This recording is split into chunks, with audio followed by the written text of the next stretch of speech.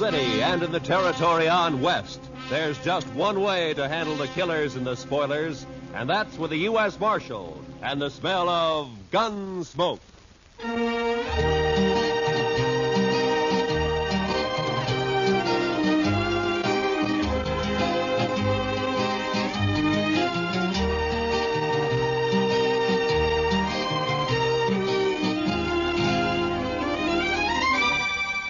Gunsmoke, starring William Conrad. The story of the violence that moved west with young America. The story of a man who moved with it. Matt Dillon, United States Marshal.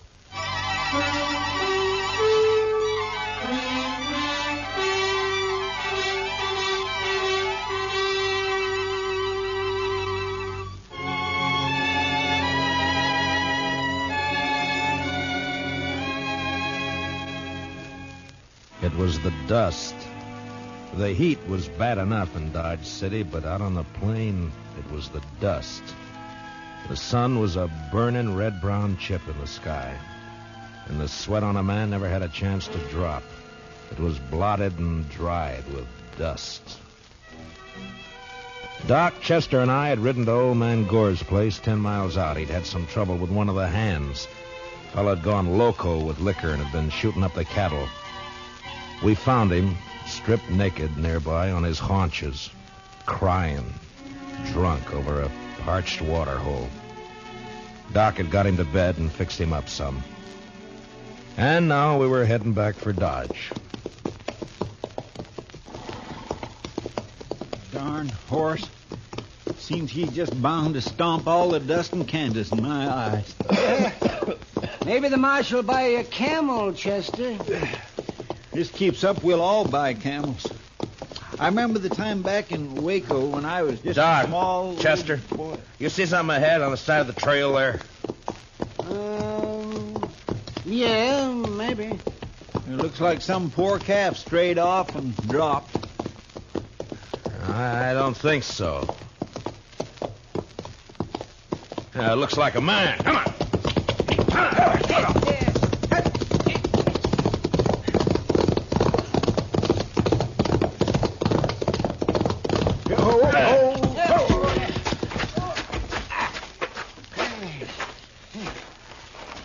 Chester, get the water bag. Yes, sir. Yeah, let me have a look, Marshal. Yeah. Let's see. Heat. Is he all right? Well, depends on how long he's been lying here. Here you are, Mr. Dillon. Open up his shirt, Marshal. Chester, get some of that water on his wrists. All right. It looks like an Easterner, huh? Sure not dressed for this country. Oh, no, that's better. That's better. Try to get a few drops in him. All right. No, not too much, Chester. Not in his nose, Chester, his mouth. Well, my gracious, I'm sorry, Mr. Dillon, but he moved his head. It's not so easy to hail. Look, he's awake. You're all right, mister. Just take it easy for a bit now. Oh, that this too solid flesh would melt, thaw, and resolve itself into a dew. What did he say? Oh, it's out of his head, Chester. For this relief, much thanks. Forget it. Chester, get around the other side and shade him from the sun. Yes, sir. The sun. I begin to be a-weary of the sun. I don't blame you. What happened? My wagon shed a wheel, I fear, along the high road. I know not where I am. You're about 4 miles out of Dodge City. Kansas. Kansas. I would give all my fame for a pot of ale and safety. We better get him to town quick. He's in a bad way. He's delirious. You think you can make it on a horse? We'll take him into Dodge.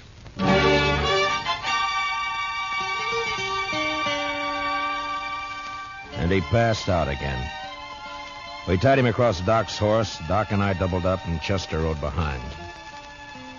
The stranger was a tall, skinny man with a face like a friendly mule. Big hands and thin wrists stretched out from his sleeves. He had no papers on him, nothing. And until he woke up, we wouldn't even know his name. Doc settled him down in the back of his place, and he was still asleep when Chester and I rode out to where we figured he'd left his wagon. Wasn't hard to see when we found it. What color wagon would you call that, Mr. Dillon? Puce, Chester. Puce. I guess so. Seems to be some writing on the side there. Yeah. Oh, Irving Henry, Thespian supreme, disciple of the immortal bard. I should have known he was a religious man. He's an actor, Chester, the immortal bard. Shakespeare, William Shakespeare, wrote plays, poems. Hi. But You think he let the horses go, Mr. Dillon? well, I was wondering that. Seems to me he'd have ridden for help instead of trying to walk. Horses couldn't have got out of the harness themselves. Let's take a look at the wheel. Wish we could wait till the sun goes down. It's going to be awful hot work, Mr. Dillon.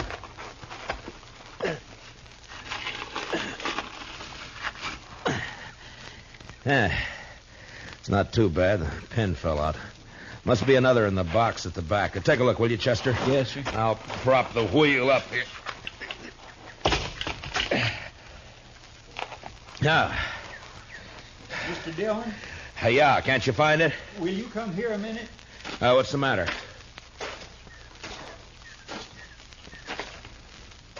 Take a look in there. It took a second or two to get used to the darkness inside the wagon. And then I saw the hand sticking out from behind the trunk. You didn't have to be the doc to know that it was a dead hand. The body was of a man about 40. He was dirty. And in a greasy, torn waistcoat, I found a pocketbook with his name. Sam Matchett. And that was all. Below his left shoulder and his back was a patch of dried blood. And in the middle, a bullet hole. We got the wagon wheel on, hitched up our horses, and drove into Dodge.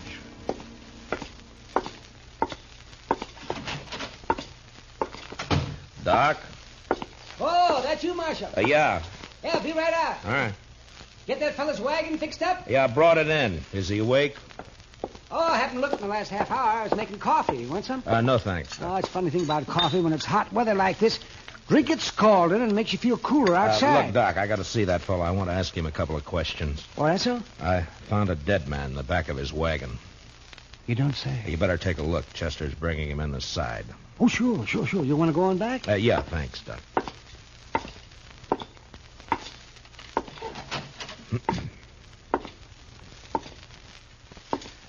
Mr. Henry? Mr. Henry, wake up. Yes, what? Oh. Your name, Irving Henry? Oh, Irving Henry. What is this place? Now, you got to listen to me for a minute. We found your wagon. Ah, Did you let the horses go before you sat on your own? of course. I could not let them remain to die. Well, how come you didn't take one to ride? I have a loathing of horses. I cannot bear one under my body.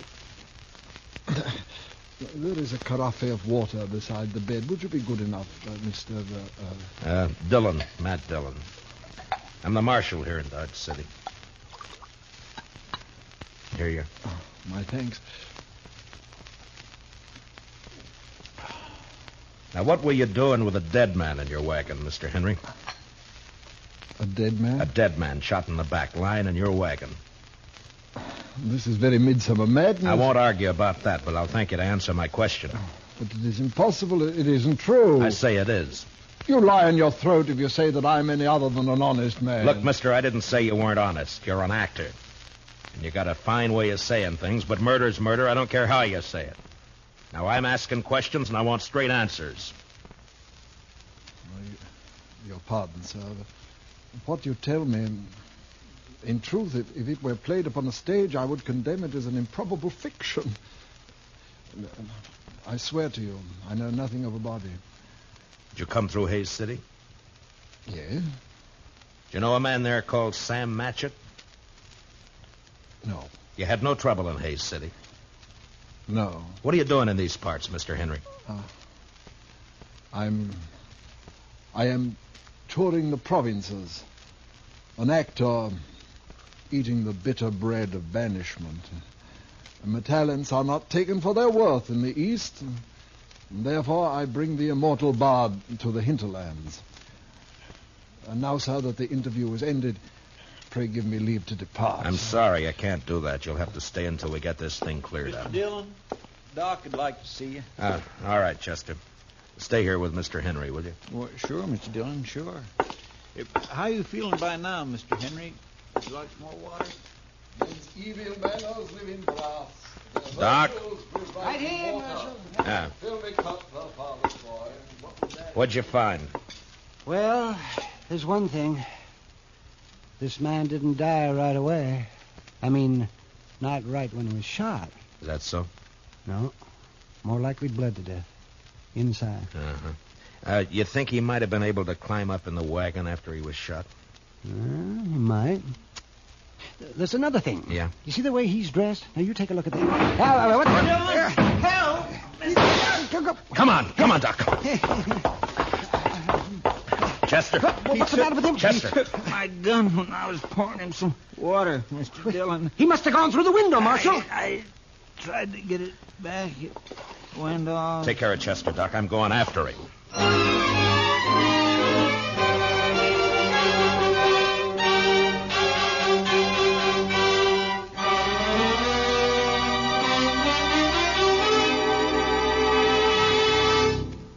We will return for the second act of Gunsmoke in just a moment. But first, do you know how old the school building in your community is? If it's over 25 years old, the chances are that it's woefully inadequate to the present demands on it. Certainly thousands of schools all over America are unable to meet the needs of a greatly increased enrollment. And all our school children will suffer unless all of us work actively to improve conditions. Join with the groups in your community working for better school conditions. Remember, better schools build a stronger America. Now, the second act of Gunsmoke.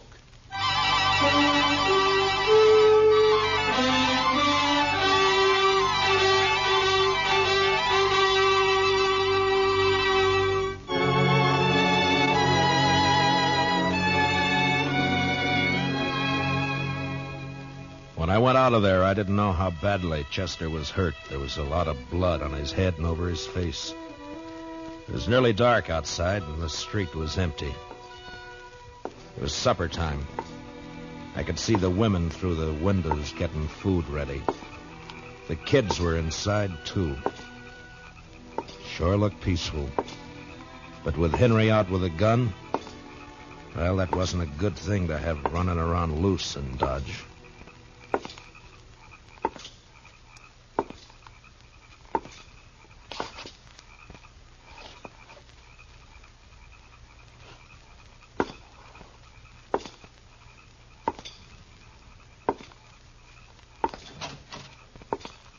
Evening, Mr. Dillon. Did you see a man run down the street, Miss Fletcher? Why, no. Well, you better get inside and lock your door. Don't come out again. There's a killer loose.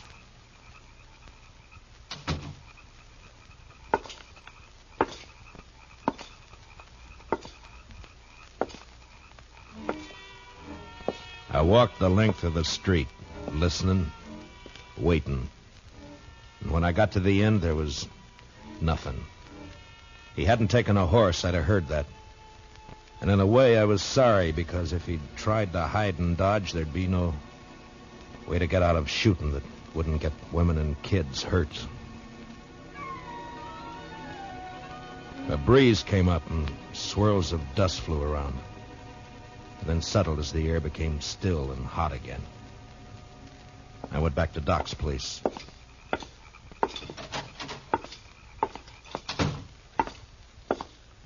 Oh, did you find him, Marshal? No. How's Chester? Oh, I'm fine, Mr. Dillon. Just creased my head. More mess than hurt. Oh, good, Chester. Look, you want to go home or you want to work? I want to work. All right, go down to the office, get yourself another gun, and round up some men, many as you can. As long as Henry stays in town, we're in trouble. Now keep your eyes open. Meet me back here. Yes, sir, Mr. Dillon. Take my gun with you, and if you see him, watch out. All right, now get going. Yes, sir. Now, Doc, I'm going to have to make you a deputy, too. Well, maybe instead of digging out bullets, I'll be putting some in. It's not funny, Doc. Now, come on. All right, we'll start here. I'll take this side, you take the other. Get the men to go through their houses and tell them to look for their horses. Tell them what's happening.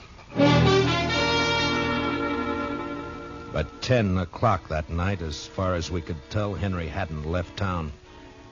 There were plenty of places for him to hide, though. We had 50 men out searching. Chester and I were working along back of the express office.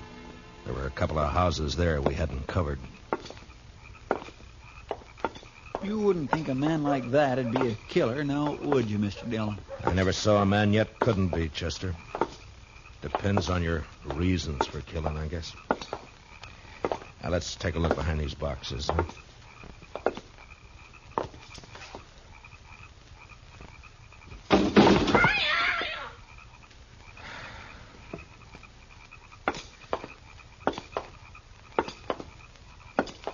You think he could have got this far?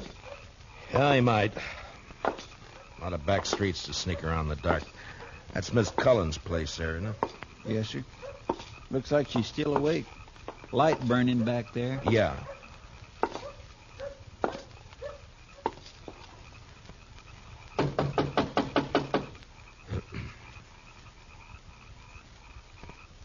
Seem a bit cooler to you tonight, Mr. Dillon? Yeah, a bit.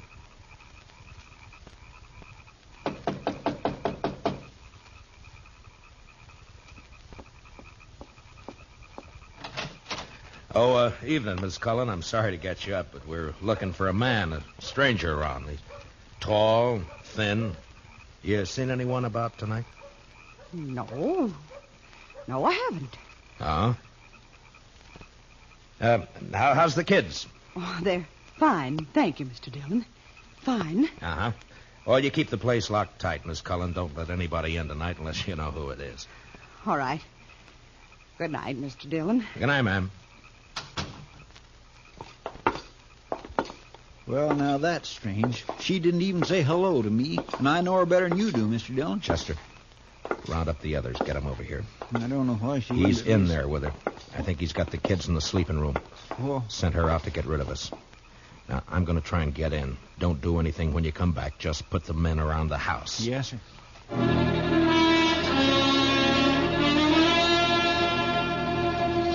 I'd seen Miss Cullen make a move with her head, and her eyes said the rest.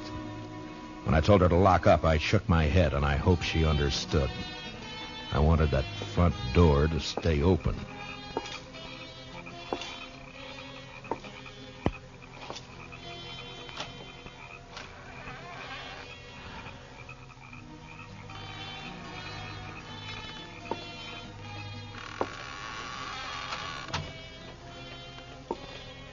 Keep my promise as soon as I can. He was in there, all right. I could hear him.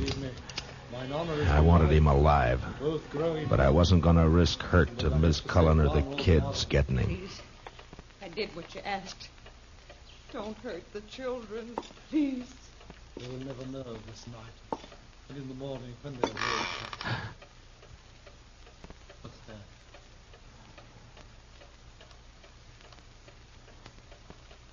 You said you locked the door after you. No, don't. Don't. I shall keep the pistol turned to the girl's head, madam. Someone is here. They try to take me.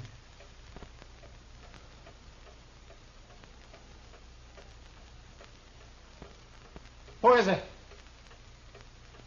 Who?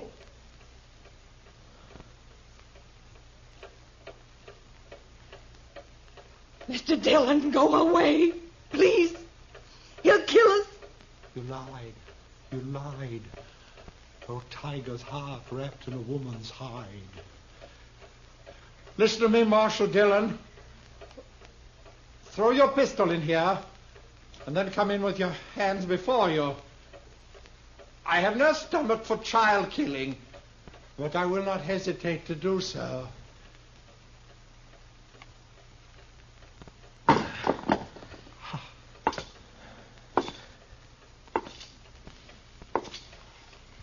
Now give me the gun, Henry. No. You won't be able to get out of this. I must. There is living to be done. You know that fancy talk isn't going to help either. Now, why don't you climb down? What happened to Matchett? Nothing happened to Match. Why'd you kill him? I didn't. In 5 minutes or less, there'll be 50 men or more around here. Now, what are you going to do? I don't know. If you didn't kill Matchett, you'll get a chance. I'll see to that. There's no use going on this way. Give me the gun. I cannot. It is my prop of salvation. No gun is salvation to anybody. Put it down. You must tell the men to go away, Marshal Dillon. I'll have to take one of these children with me for my protection. No! Shed a tear for me, madam. I have the greater need. You do a lot of talking, mister. I'd like to see you turn the gun away from that kid's head. That'd take more than talk, wouldn't it, though? I have no skill with such a weapon. Why should I match with you? I want to live. You're going about it the wrong way. The smallest worm will turn, being trod upon. Meaning? You gave me no choice when you brought me here. Would have been better to have left me lying in the dust. You don't understand. You don't know. Well, why don't you tell me? What good would it do? It depends.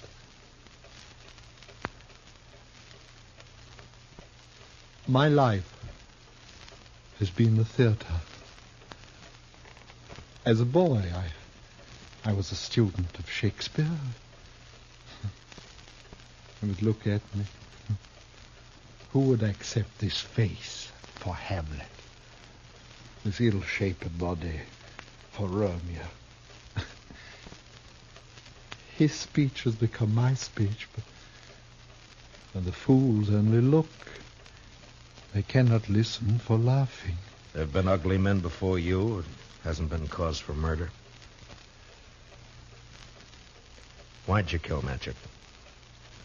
In New York, there was a man, a gross, stupid man who fancied himself an interpreter of the bard. He took me, as his apprentice, and together we set out for the tour.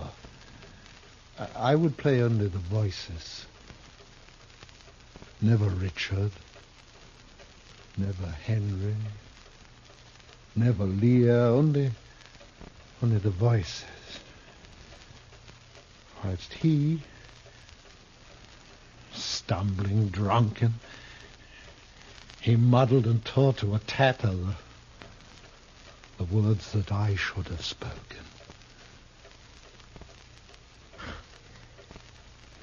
You killed a man because you wanted to play a hero? How easily murder is discovered. Yeah, sometimes, I guess. It was yesterday. We were leaving Hayes City. We'd played there for 2 days, and it made me a laughing stock. It was night, and he became drunk and threatened to leave me in the next town. I made him stop the wagon, and taking up a pistol, I shot him.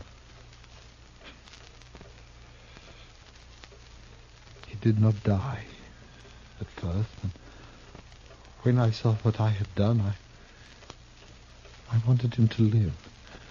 And I put him into the wagon, and I drove on, hoping to find a doctor. Then, as the night passed, I saw that he had died. And I was afraid. The wagon broke down? Yes, I put my purse into his clothes and took his name for mine. How I've hated the name of Sam Matchett. But you wouldn't understand. I wouldn't? Well, what now? I want to live. I want my chance. You've done a murder. I can't let you go. You know that. Don't make it harder. I lost my husband 2 years ago. I know what it is to be alone. You've been alone, haven't you? I'm sorry. But you killed someone. We may pity, though not pardon, dear. I'm going now, Marshal. If you walk out of there with your gun, you're a dead man. Death's a great disguiser. I must have my chance. Don't do it, Matchett. There'll be killing. Madam, forgive me. I would not have harmed your children. Matchett, put down your gun. Let me go my way. Please. There are a lot of men waiting for you out there, Matchett. You know what'll happen if you open the door.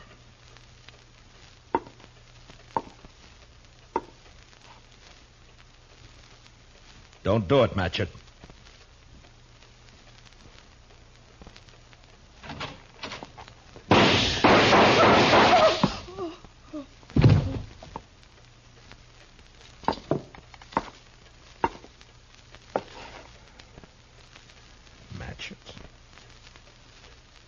Sleep,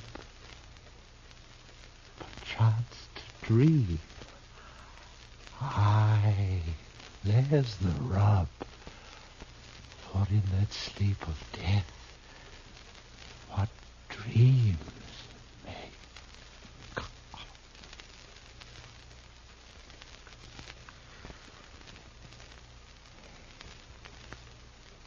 Matchett.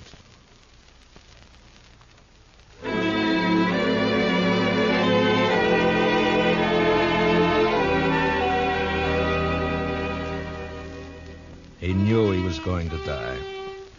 The minute he opened that door, he knew it. And maybe he wanted to, because he fired first, a single shot.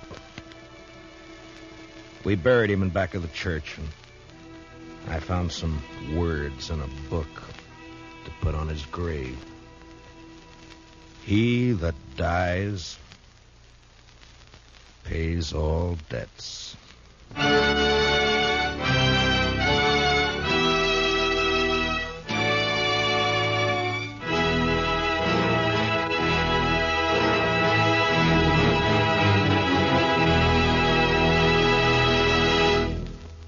Gunsmoke, under the direction of Norman Macdonald, stars William Conrad as Matt Dillon, U.S. Marshal. Tonight's story was specially written for Gunsmoke by Anthony Ellis, with music composed and conducted by Rex Corey.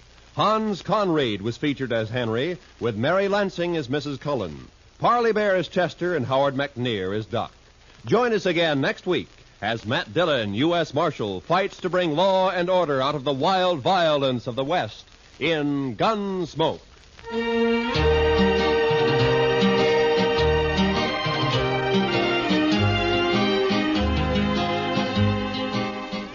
Roy Rowan speaking. Remember, Gangbusters going to action Saturday nights on the CBS Radio Network.